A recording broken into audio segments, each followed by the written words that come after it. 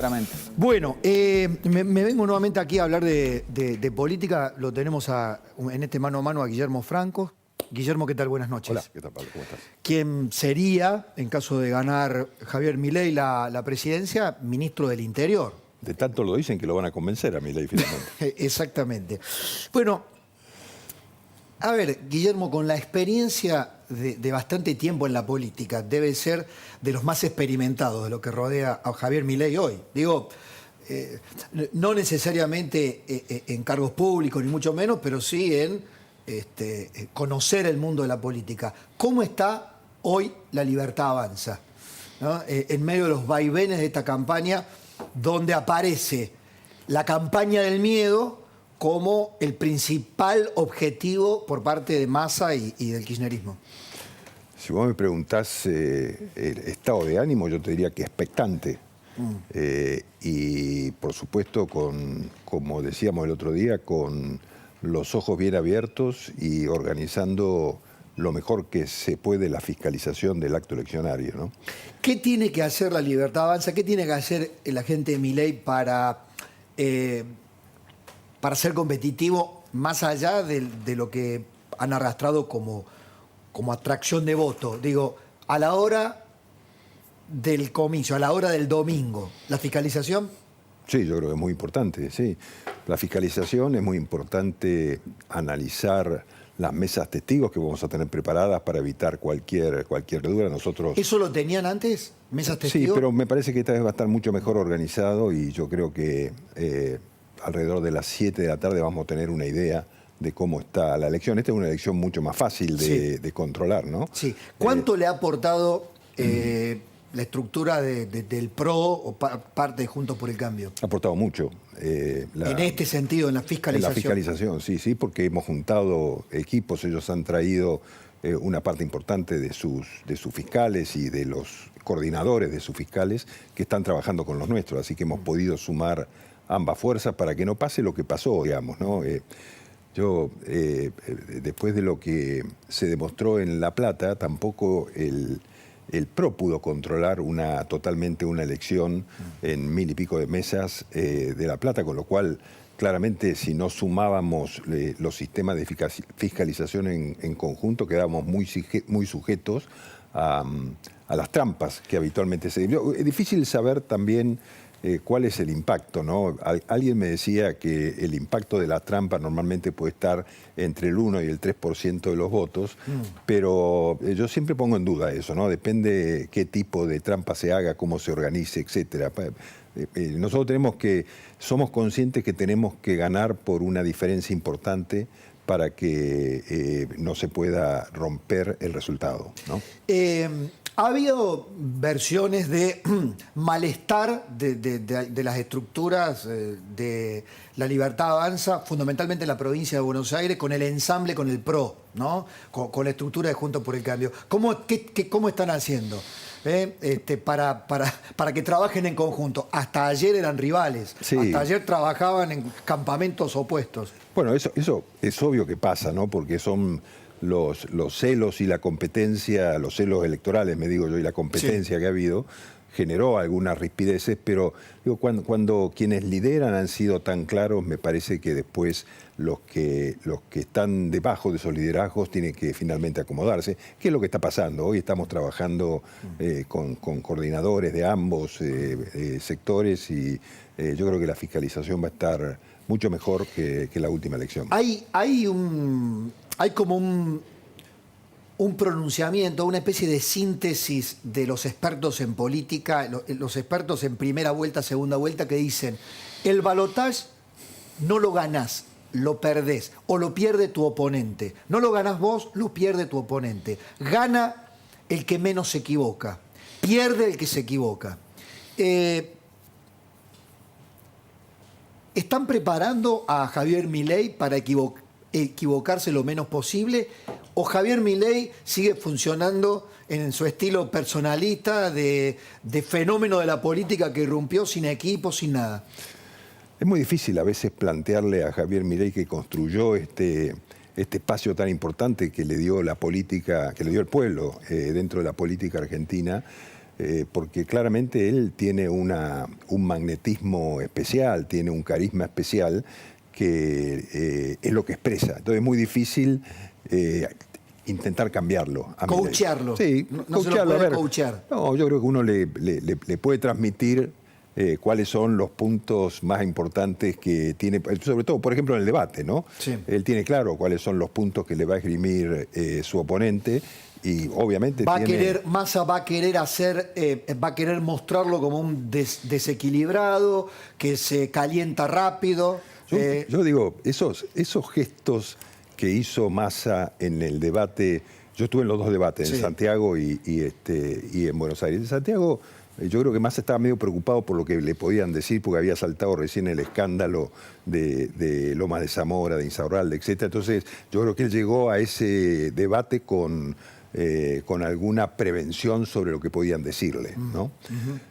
Pero en el segundo debate, obviamente Massa vino muy coacheado para plantearle a Milei algunas cosas que fueron... Hasta acá llegaste, Javier. Sí, estas cosas son tan artificiales que creo que se dio cuenta cualquiera de que eso estaba preparado para ponerlo en algún momento y creo que no eligió el mejor momento del debate para planteárselo. Tenía que lanzar esa frase y la lanzó en un momento que pudo y punto, ¿no?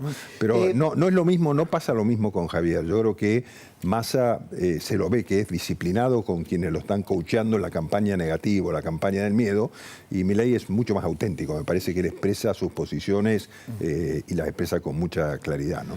Una de las sensaciones es que después del resultado de la primera vuelta, había un Javier Milei que ante la sorpresa del acuerdo, como lo llaman, el pacto de Acasuso, el acuerdo con Macri, Patricia Bullrich y otros dirigentes, se había desdibujado. Entonces, hace pocas horas dijo, mis ideas económicas no se negocian, ¿no? Acabar con el Banco Central y la dolarización más allá de cuándo sea el momento de ejecutarla. ¿Cree que esto se mantiene? Absolutamente. Sí, eso casi es un mantra, ¿no? para Javier Milei. Yo creo que eso él lo tiene absolutamente claro.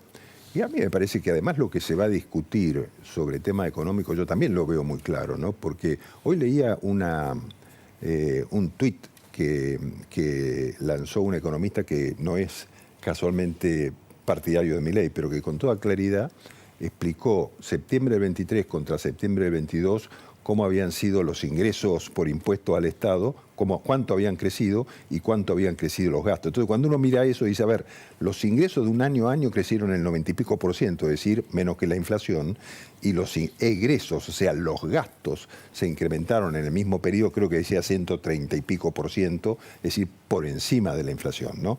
Hasta septiembre. Con lo cual, digo, yo creo que un poco el eje del debate va a ser por qué hay un ministro de Economía de hace 15 meses que plantea que a partir del 20 de noviembre va a cambiar todo y va a empezar a hacer una transición ordenada de sí mismo.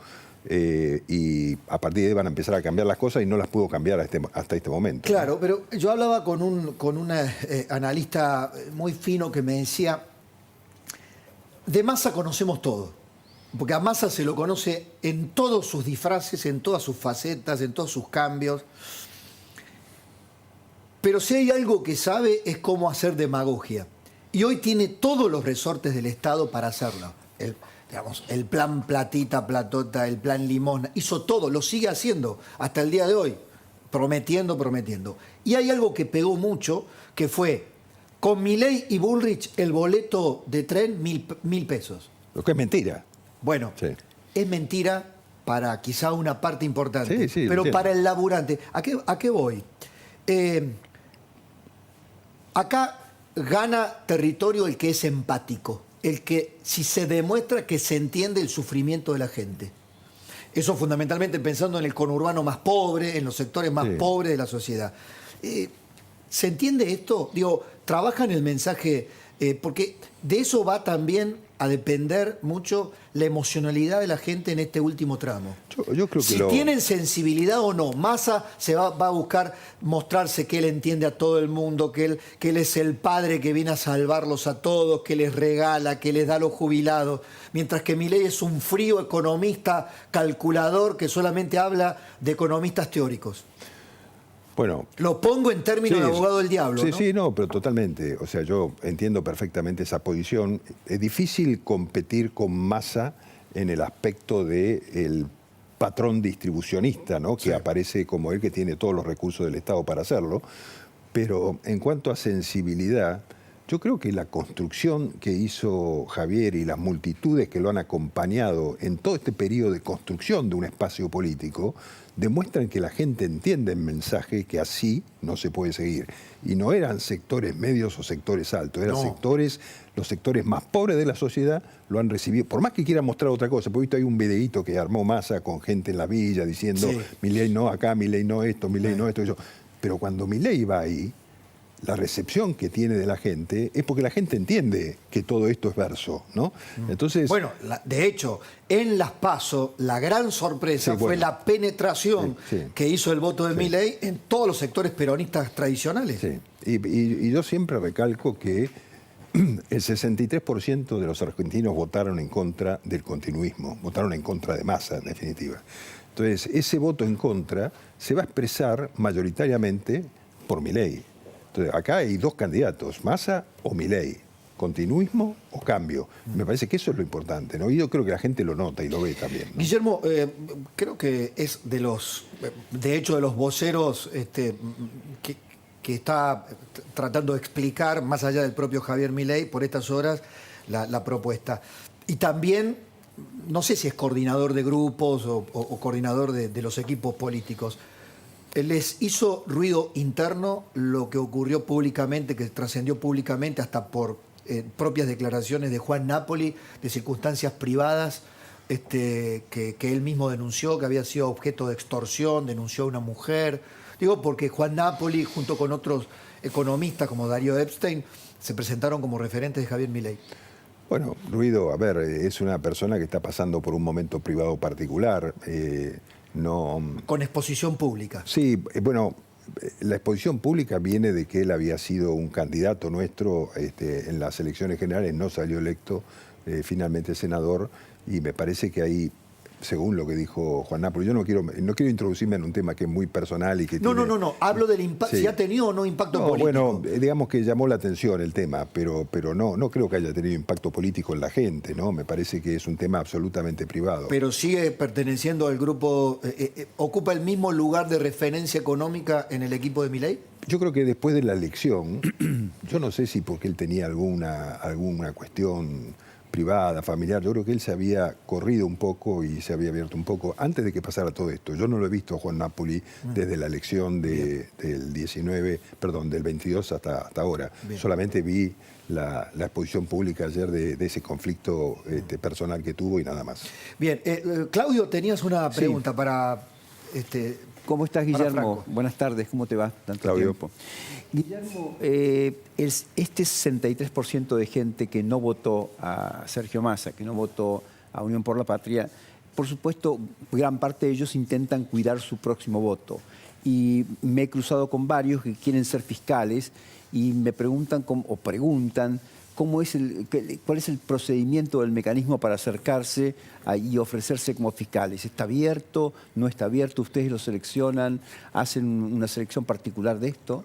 Vos sabés, Claudio, que hay 200.000 personas que se han inscrito para fiscalizar en una página a la cual le estamos pidiendo ahora ratificar su intención. Hay una página... tendría que haber venido preparado para eso, no me la acuerdo ahora cómo es, pero hay un sitio web que establece dónde registrarse para fiscalizar la elección con una serie de datos que se requieren, y yo creo que de ahí sacamos, por supuesto, muchísimos fiscales, además de los que ya han intervenido en el comicio del 22 de octubre, ¿no? Perfecto. ¿Hay economistas que contribuyeron o que participaron del gobierno de Mauricio Macri que han sido convocados, o eso va a quedar a criterio de Javier Milei después de la elección? No hay economistas que hayan sido convocados. Javier Milei tiene claramente en su cabeza la integración de su equipo económico. Hasta ahora ha lanzado solamente el nombre de Emilio Campo y después de todas las... Al frente del Banco Central para liquidarlo, dijo. Sí, bueno, digo, entonces lo que ha habido después es tratar de correr un poco del fuego público, porque las presiones son muy fuertes para alguien que tiene que hablar de temas que son tan complejos para el común de la gente. Entonces, él prefirió no expresar públicamente los nombres de su equipo económico hasta el día que gane la elección. Guillermo, desde el punto de vista netamente político, el kirchnerismo hace un juego, para mí, una especie de ruleta rusa perversa, ¿no? con la democracia, que es, si gana Milei, ¿cuánto dura? Si gana Milei, ¿cuánto dura? ¿Dura 2 meses? ¿Dura 6 meses? Se lo pregunté ayer a Bullrich. Lo dicen sectores del kirchnerismo más duro, se lo hicieron a Macri. Mucha gente que lo va a votar a Javier Milei dice, ¿pero tendrá estructura? ¿Podrá sostenerse? ¿Cuál va a ser la relación con los gobernadores? Si gana Milei, va a ser clave el rol de Guillermo Franco, tuyo, suyo. Sí, supongo que sí, que jugaremos el rol de la mejor manera que se pueda y con la mejor intención y la mayor apertura posible. Yo he hablado ya con varios gobernadores y veo una gran predisposición a conversar, a dialogar. ¿Peronistas, radicales? De ambos lados, de ambos lados. De ambos lados. Sí, de ambos lados. Y me parece que toda esta idea que se lanza sobre la inestabilidad de un gobierno de Javier Milei, a mí me parece que es quitarle valor al voto de la gente. Porque si Milei gana con más de la mitad de los electores que votaron, ¿cierto? Entonces, digamos, es muy fuerte que se piense que un candidato que recibió más del 50%, 55%, lo que sea finalmente, del voto del electorado, pueda ser puesto en una situación de debilidad. A Milei lo apoya la gente si gana. Entonces, después dependerá de la habilidad que tengamos nosotros de poder articular con las fuerzas políticas que tienen representación parlamentaria y con los gobernadores que no son de nuestro partido, sino que son de las otras dos alianzas.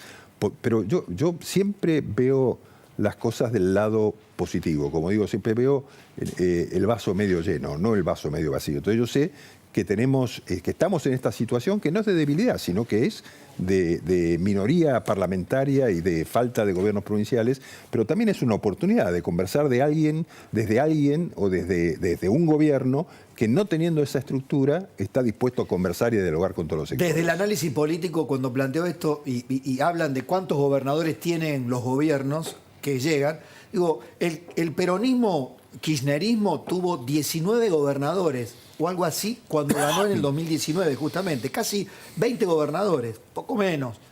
Y no le fue bien. No le fue bien. Estos fueron los resultados. Sí, por eso. Es más, con un gobierno de Alberto Fernández que decía que iba a gobernar con los gobernadores, ¿no? ¿Se acuerdan? Que la fuerza de Alberto Fernández iba a ser los gobernadores. Bueno, estos son los resultados, ¿no? A mí me parece que el Parlamento, con las mayorías que tenga finalmente y los acuerdos políticos que se hagan, por un lado, como poder independiente, el Poder Judicial con una Corte que no sea cuestionada, como ha sido políticamente cuestionada en este momento, y que se la considere como la cabeza de un poder independiente, y en eso te aseguro que Milei tiene totalmente claro que la justicia va a ser independiente totalmente. Ellos van a resolver lo que tengan que resolver sin ninguna intromisión por parte del poder político. Entonces yo creo que en esas condiciones, teniendo una justicia independiente y un parlamento con el que se puede construir acuerdos y gobernadores que se sienten a conversar en una mesa, yo no veo dificultades. A mí me parece que el arma más importante de la política es el diálogo, ¿no? Entonces yo creo que dialogando y exponiendo con crudeza cuáles son los problemas que tiene la Argentina, me parece que se pueden empezar a conseguir consensos. Guillermo, gracias. No, al Muchísimas contrario, gracias, Pablo, muchas gracias a vos. Urgente, Brasil, dale.